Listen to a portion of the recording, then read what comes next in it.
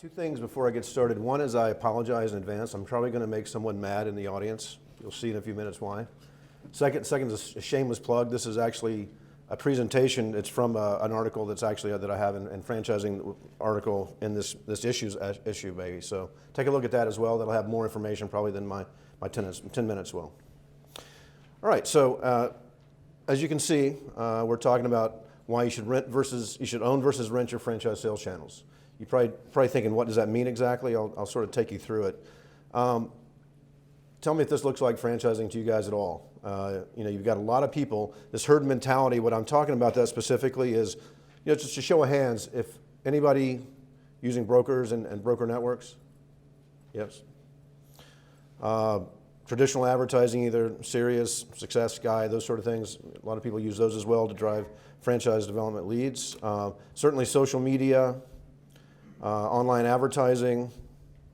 There's a lot of things there. The second thing is that, I don't know, I suspect that you probably get these a lot too. Has anyone ever gotten a phone call about a feature story that was going to be running in a certain magazine or running in TV?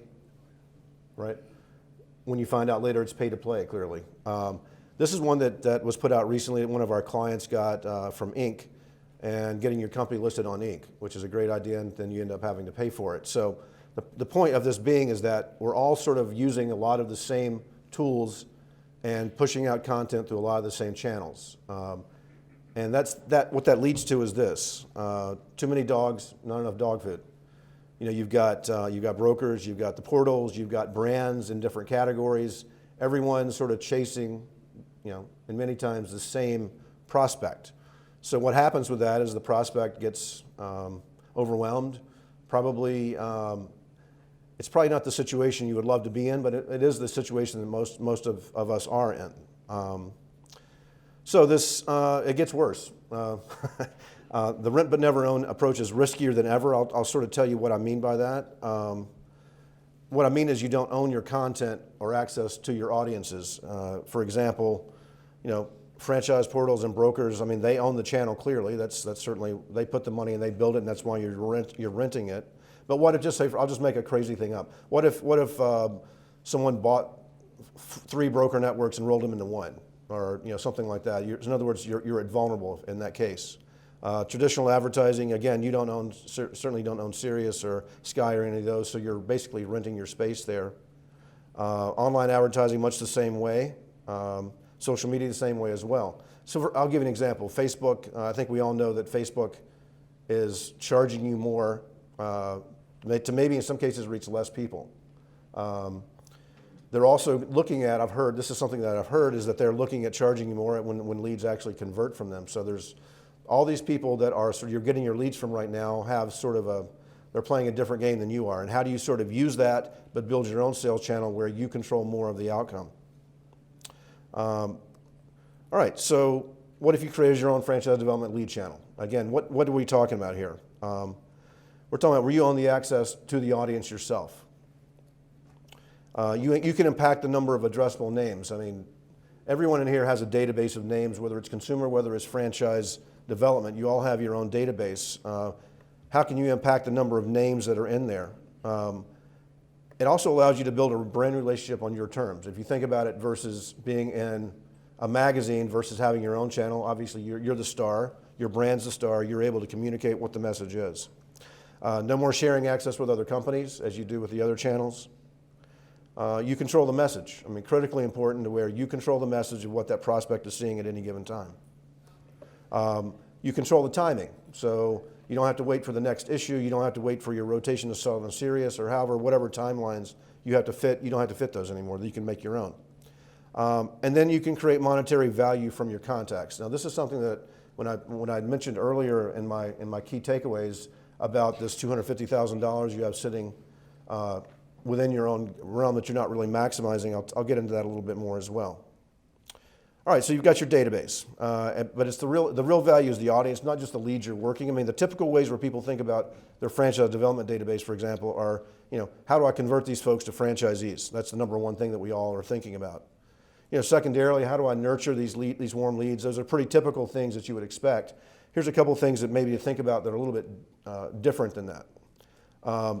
You know, you can get referrals from the cold leads. You know, you've got a lot of people in your database. How are you able to sort of use that database to get leads from people that may not be a prospect for your franchise, but some of their friends or someone they know maybe?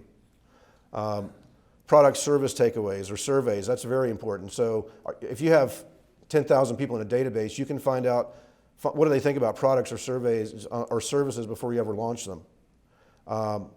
As many of you probably know, you can find like prospects on social channels. So to be able to mine that database you have and find people that you might not have thought about before are something you need to think about. You can also test sales messaging. You know, if you're getting ready to come out with a new campaign or you want to find out what message resonates with people that are in your sort of target profile, use your database to do that.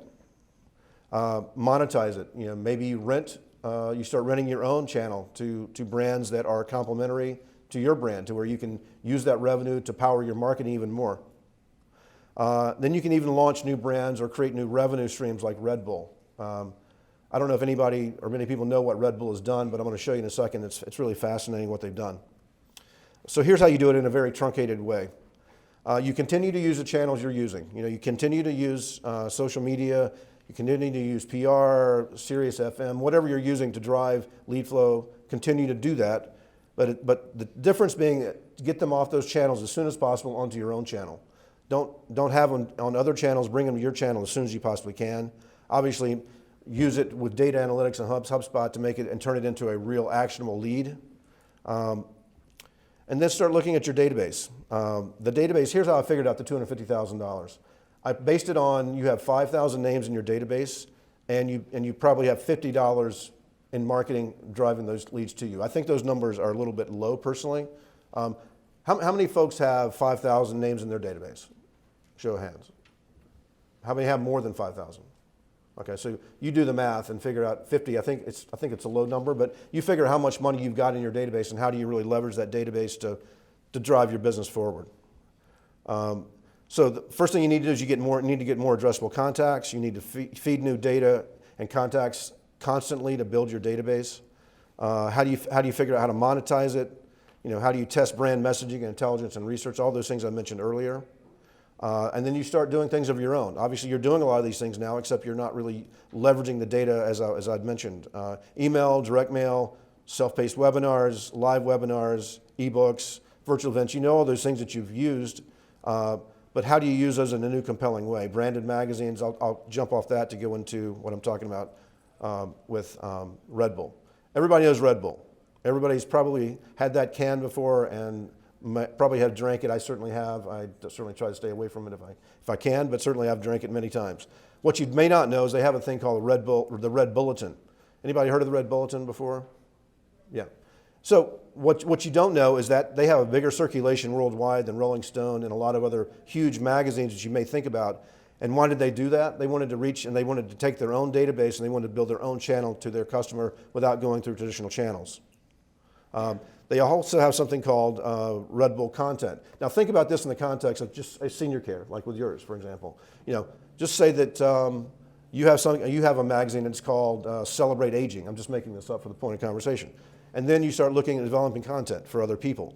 Then you start developing your own content pool. And they have Red Bull Publishing, music publishing. They have Red Bull Records. They even had Red Bull TV. So you see how you sort of take creating your own channel and then use it to launch new products, new services.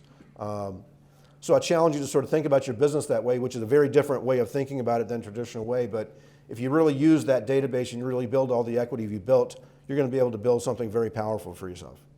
But Rome wasn't built in a day, certainly. But I will say the key to getting started, getting ahead is getting started. So I encourage you to start thinking like this about your brand and about how do you leverage the data that you have and how do you start owning your own sales channel. Thank you.